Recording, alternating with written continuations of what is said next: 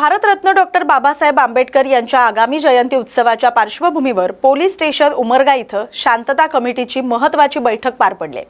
महामानवाच्या विचारांचा जागर करताना शहरात सामाजिक सलोखा आणि शांतता कायम राहावी या उद्देशाने आयोजित या बैठकीत प्रशासकीय अधिकारी आणि शहरातील मान्यवरांची उपस्थिती होती।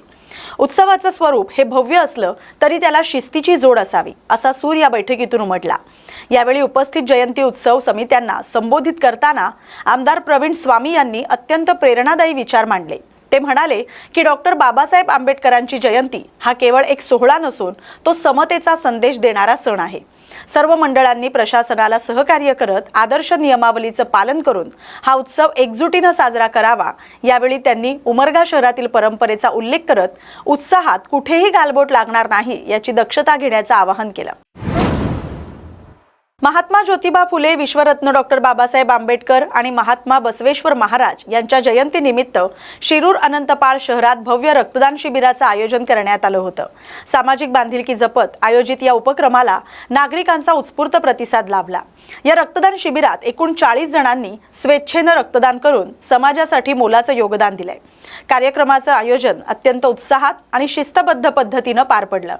यावेळी उपस्थित मान्यवरांनी रक्तदान हे श्रेष्ठ दान असून प्रत्येकाने वर्षातून किमान एकदा रक्तदान करावं असं आवाहन केलंय। कार्यक्रमामुळे सामाजिक एकोपा आणि मानवतेचा संदेश देण्यात आलाय। हिमायतनगर तालुक्यातील सरसम हिमायतनगर मार्गावरील म्हसोबा नाल्याजवळ झालेल्या अपघातात 2 तरुणांचा दुर्दैवी मृत्यू झालाय। एक जण गंभीर जखमी झालाय। जखमीवर सध्या रुग्णालयात उपचार सुरू आहेत। घटनेनंतर स्थानिकांनी तातडीने मदत कार्य करत जखमीला उपचारासाठी दाखल केलं। या घटनेमुळे सरसम गावासह परिसरात हळहळ व्यक्त होते। दरम्यान प्रशासनाकडून अपघाताच्या कारणांचा तपास सुरू आहे। नागरिकांनी वाहतुकीचे नियम पाळावेत असं आवाहन करण्यात येते। जिल्ह्याच्या इतिहास, संस्कृती आणि विकासाचा आरसा मानल्या जाणाऱ्या जिल्हा गॅझेटियरच्या अद्ययावत प्रक्रियेला गती देण्याच्या सूचना देण्यात आल्यात। मराठी भाषा आणि सांस्कृतिक कार्य विभागाचे सचिव डॉक्टर किरण कुलकर्णी यांनी अचूक, अद्ययावत आणि विश्वासार्ह माहिती समाविष्ट करण्यावर भर दिलाय।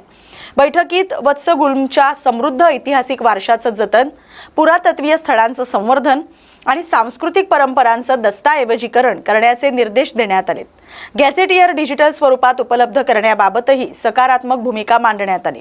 जिल्हाधिकारी योगेश कुंभेजकर यांनी निर्धारित कालमर्यादेत दर्जेदार गॅझेटियर तयार करण्यासाठी प्रशासन प्रयत्नशील असल्याचं सांगितलं। हिंगोली जिल्ह्यातील कळमनुरी इथं महात्मा ज्योतिबा फुले जयंतीनिमित्त पहिले बालसंस्कार साहित्य संमेलन उत्साहात पार पडले। कॅम्ब्रिज स्कूलमध्ये आयोजित या कार्यक्रमाला विद्यार्थी, शिक्षक आणि पालकांचा मोठा प्रतिसाद मिळाला। या संमेलनाचे अध्यक्ष सुप्रसिद्ध साहित्यिक बबन शिंदे होते, तर उद्घाटन विजय काकडे यांच्या हस्ते करण्यात आलं। कार्यक्रमात विविध मान्यवरांचा सत्कार करण्यात आला आणि विद्यार्थ्यांसाठी कथाकथन आणि कविता वाचनाचे सत्रही आयोजित करण्यात आले।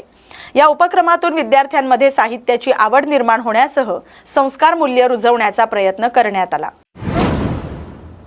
महात्मा ज्योतिराव फुले आणि सावित्रीबाई फुले यांचा पुतळा पाथरी कॉर्नर परिसरात बसवावा अशी मागणी सेलू तालुक्यातील फुले प्रेमींनी राज्यमंत्री मेघना बोर्डीकर यांच्याकडे केली आहे। फुले नगर इथं जयंतीनिमित्त पुरेशा सुविधा उपलब्ध न केल्याबद्दल नगरपालिकेवर नागरिकांनी नाराजी व्यक्त केली आहे। दरवर्षी जयंती कार्यक्रमांकडे दुर्लक्ष होत असल्याचा आरोपही यावेळी करण्यात आलाय। यावेळी उपस्थित फुले प्रेमींनी प्रशासनाने योग्य दखल घ्यावी, अन्यथा तीव्र आंदोलनाचा इशारा दिलाय। या बातमीचा आढावा घेतलाय आमचे प्रतिनिधी किशोर कटारे यांनी। महात्मा फुले यांच्या 200 शताब्दी जयंतीनिमित्त आज सेलू शहरात जयंती साजरी करण्यासाठी सेलूतील फुले प्रेमी येथे उपस्थित झालेले आहेत। त्यांच्या भावना काय आहेत आणि महात्मा फुले जयंतीनिमित्त काय सुविधा पाहिजे आणि नगरपालिकेकडून कसं दुर्लक्ष होत आहे याबद्दल थोडक्यात माहिती घेऊ। आपल्यासोबत आहेत अशोक गुफाडे, यांना आपण बोलू की बाबा नगरपालिकेने महात्मा फुले जे समजा थोर पुरुष आहेत यांच्या जयंतीनिमित्त काय म्हणजे सुविधा द्यायला पाहिजे होती आणि सध्या परिस्थिती काय आहे त्यांच्या तोंडून आहे बोला। सर्वांना क्रांतीसूर्य महात्मा ज्योतिराव फुले यांच्या 200 शताब्दी जयंतीनिमित्त शुभेच्छा देतो। आणि आज भारतभर आणि जगभर भारताचे खरेखुरे समाजसुधारक महात्मा ज्योतिराव फुले यांचा हा 200व्या जयंतीचा कार्यक्रम भारतभर चालू आहे। आज आम्ही शेलूवासियांच्या वतीने शेलू येथील फुलेनगर येथील महात्मा ज्योतिराव फुले यांच्या पुतळ्याच्या ठिकाणी अभिवादनासाठी आलेलो आहोत, परंतु इथे शेलू नगर परिषदेच्या वतीनं कुठलीही भौतिक सुविधा उपलब्ध करून दिलेली नाही.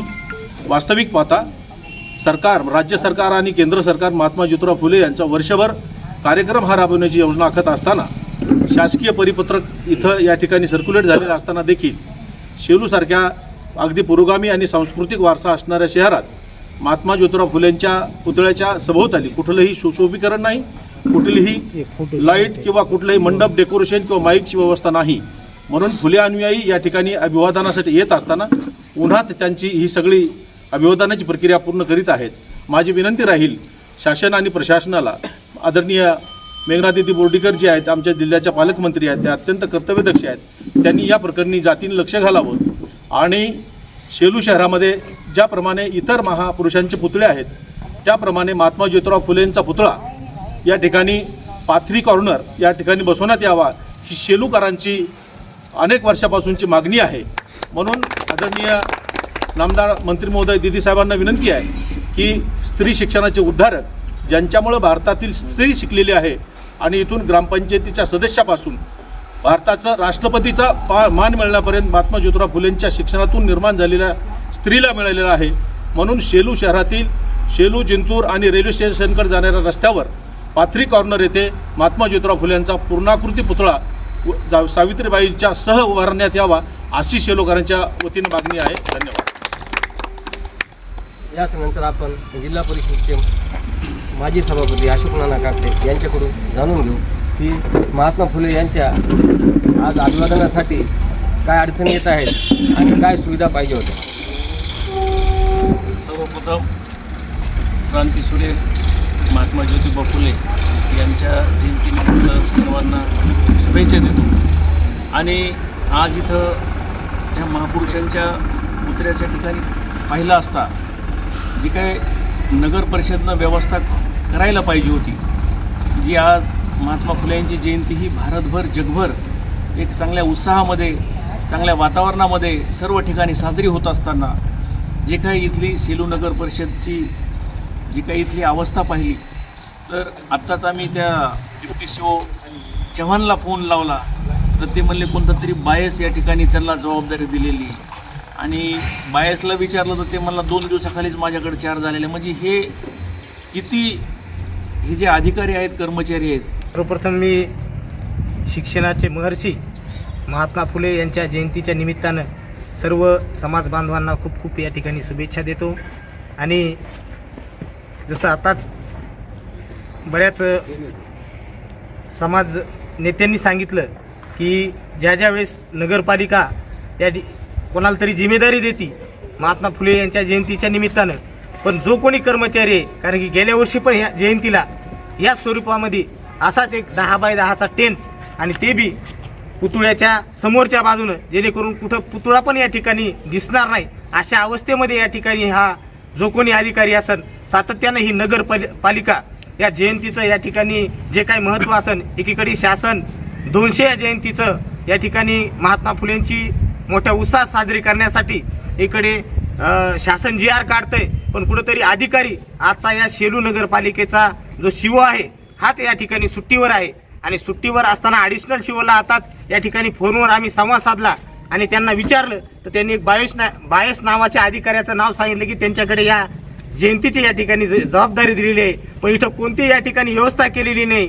10 बाय 10चा एक छोटासा पेंडॉल देऊन तिथं कुठंतरी पुतळ्याला थातुरमातुर कलरिंग करून या ठिकाणी जे काही फुलेप्रेमी आहे यांचं मन दुखवण्याचं काम या ठिकाणी या नगरपालिकेनं केलेलं आहे. आणि नगरपालिका एकदाच नाही, कारण की दरवर्षी या ठिकाणी फुलेप्रेमी येत असतात. आणि गेल्या 10 वर्षाच्या काळामध्ये आम्ही एक समाज चळवळीतील काम म्हणून आम्ही नेहमी या ठिकाणी अभिवादन करायला येत असतो, पण सातत्यानं शेलू नगरपालिका कुठंतरी महात्मा फुले यांच्या पुतळ्याबद्दल, या जयंतीबद्दल गांभीर्याने या ठिकाणी दखल घेत नाही. त्यामुळे येणाऱ्या काळामध्ये या ठिकाणी लवकरात लवकर सर्व समाज बांधवांच्या फुलेप्रेमींच्या वतीने या ठिकाणी निवेदन देऊन या शिववर कठोर अशी या ठिकाणी कारवाई झाली पाहिजे. आणि जो कोणी या ठिकाणी अधिकारी नेमला आहे त्याच्यावरही कठोर या ठिकाणी कारवाई झाली पाहिजे, जेणेकरून येणारी फुले जयंती असन ती या ठिकाणी चांगल्या मोठ्या उत्साहात या ठिकाणी साजरी झाली पाहिजे असं आमच्या सर्व फुले प्रेमींचं या ठिकाणी म्हणणं आहे. आणि लवकरात लवकर या ठिकाणी या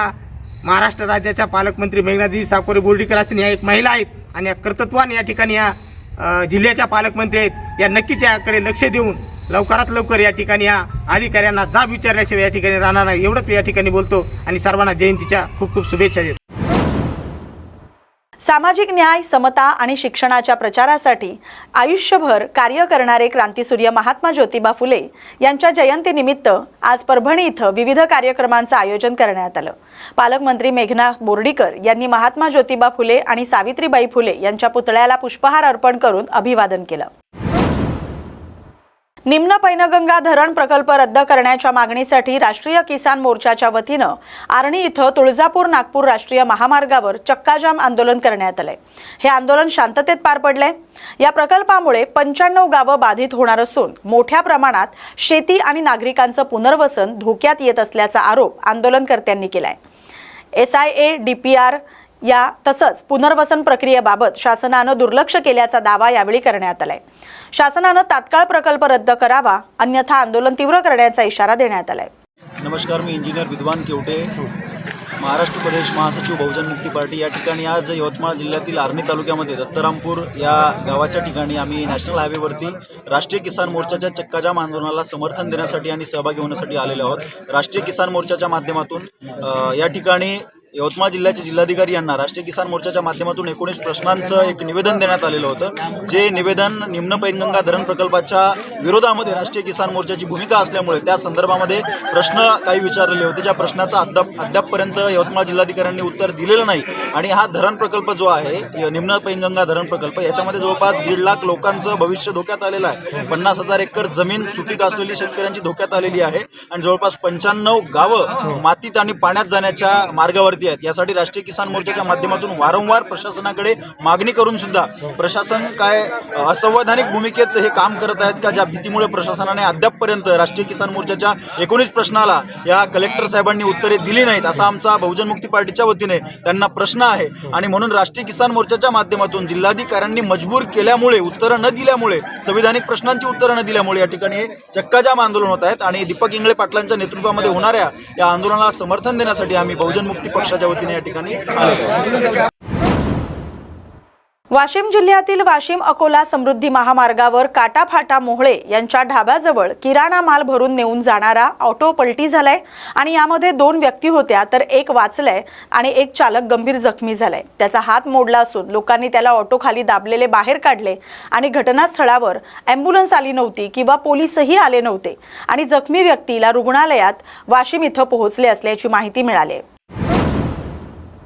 बीड जिल्ह्यात जिल्हाधिकारी यांनी दिलेल्या निर्देशानुसार कायदा आणि सुव्यवस्था अबाधित राहण्याच्या दृष्टीनं 14 एप्रिल रोजी जिल्ह्यात मोठ्या आवाजाच्या डीजेवर बंदी घालण्यात आल्याची माहिती पोलीस अधीक्षकांनी दिली. डॉक्टर बाबासाहेब आंबेडकरांनी सांगितलेलं संविधान आणि युती मूल्य सर्वांपर्यंत जावेत, मात्र अशा गोष्टींचा अतिरेक होऊ नये असं देखील माध्यमांना बोलताना बीडच्या पोलीस अधीक्षकांनी सांगितलंय. 14 एप्रिल भारतरत्न डॉक्टर बाबासाहेब आंबेडकर साहेबांची जयंती आहे आणि डॉक्टर बाबासाहेब आंबेडकर आपले भारतचे संविधानचे शिल्पकार आहेत. भारतचं संविधान जो आपण हक्काने सांगू शकतो की पूर्ण विश्वमध्ये सगळ्यात बेस्ट संविधान आपलं आहे, तो त्याच्यामध्ये सगळे लोकांना हेच माझं आव्हान राहील की साहेबांनी जे आपल्याला सीख दिलेली आहे, जो व्हॅल्यू सिस्टम आहे, जो त्यांनी आपल्याला नैतिक मूल्य दिलेले आहे, त्याच्या आपण सगळे लोक आठवण काढू. संविधानमध्ये जो कोर क्रक्स आहे त्याच्या आपण लोकांना पाठ देऊ. आपले लहान मुलांना, सगळे लोकांना माहीत असलं पाहिजे भारताचं संविधान किती छान, किती सुंदर आहे. तो आपल्याला सेलिब्रेट करायचे. त्याचबरोबर जे महान हस्तीने आपल्याला जे जे काही शिकवले ते आपले खालपर्यंत, सोसायटीपर्यंत ती सीख पोहोचली पाहिजे. 14 तारखेला रात्री किती वेळेपर्यंत रॅलीला, निवडणुकीला परवानगी देण्यात आलेली आहे, त्यामध्ये डीजे काही उपयुक्त आहे? त्याच्यामध्ये आता महाराष्ट्र शासन आणि आपल्या जिल्ह्याचे बाबतीत 12 दिवस आपण एक्झेम्प्ट करतो साऊंड पोल्युशनचा. तो त्याच्यामध्ये जो कलेक्टर ऑफिसकडून जो ऑर्डर आहे त्याच्यामध्ये 14 एप्रिलला रात्री 12 वाजतापर्यंतची परमिशन आहे. डीजे अलाउड नाही आहे, ते सुप्रीम कोर्टचा नियम आहे आणि भारताच्या नियमाप्रमाणे डीजेची बंदी राहील. पण यस, त्याच्यामध्ये आपला डेसिबल लिमिट ठेवून त्याच्यामध्ये बेस्ट काय करता येईल त्याची सूचना सगळ्यांना कळवलं जाईल. बुलढाणा शहराच्या इक्बाल चौक परिसरात असलेल्या जामा मस्जिदमध्ये नमाज पठण करणारे मौलवी यांना बदलण्यावरून मुस्लिम समाजातील 2 गटात बऱ्याच दिवसापासून वाद सुरू होता। याच वादाचं रूपांतर आज दुपारच्या वेळी नमाज अदा केल्यानंतर हाणामारीत झालं। यामध्ये दोन्ही गटातील 8 जण जखमी झाले असून 3 जणांची प्रकृती गंभीर असल्याची माहिती मिळते। सर्व जखमींवर बुलढाणा सामान्य रुग्णालयात उपचार सुरू आहेत। जामा मस्जिदमध्ये गेल्या 30 वर्षांपासून नमाज पठण करणारे हाफिज रहमत हे आता वयोवृद्ध होत असल्यानं नमाज पठणासाठी दुसऱ्या मौलानाची नियुक्ती करण्यात यावी अशी एका गटाची मागणी होती, तर हाफिज रहमत यांनाच नमाज पठणासाठी ठेवण्यात यावं अशी दुसऱ्या गटाची मागणी होती आणि यावरूनच हा वाद उफाळला होता। नवी मुंबईतील घणसोली इथं बेस्ट बस आणि खाजगी स्कूल बसमध्ये धडक झाली, मात्र सुदैवानं कोणतीही जीवितहानी झालेली नाही। शाळेच्या बसमध्ये क्रिस्ट अकॅडमीचे विद्यार्थी होते, तर बेस्ट बसमध्येही प्रवासी होते। अपघातात दोन्ही बसचं नुकसान झालंय। प्राथमिक माहितीनुसार रस्त्याच्या दोन्ही बाजूंना अवैध पार्किंगमुळे रस्ता अरुंद झाल्यानं हा अपघात झाला। या घटनेनंतर परिसरातील अवैध पार्किंगचा प्रश्न पुन्हा एकदा ऐरणीवर आलाय। या बातमीसोबतच बातमी महाराष्ट्राची मध्ये इथेच थांबतोय। अशाच महत्त्वाच्या बातम्यांसाठी पाहत राहा न्यूज मराठी 24/7। नवा भारत, नवा विचार।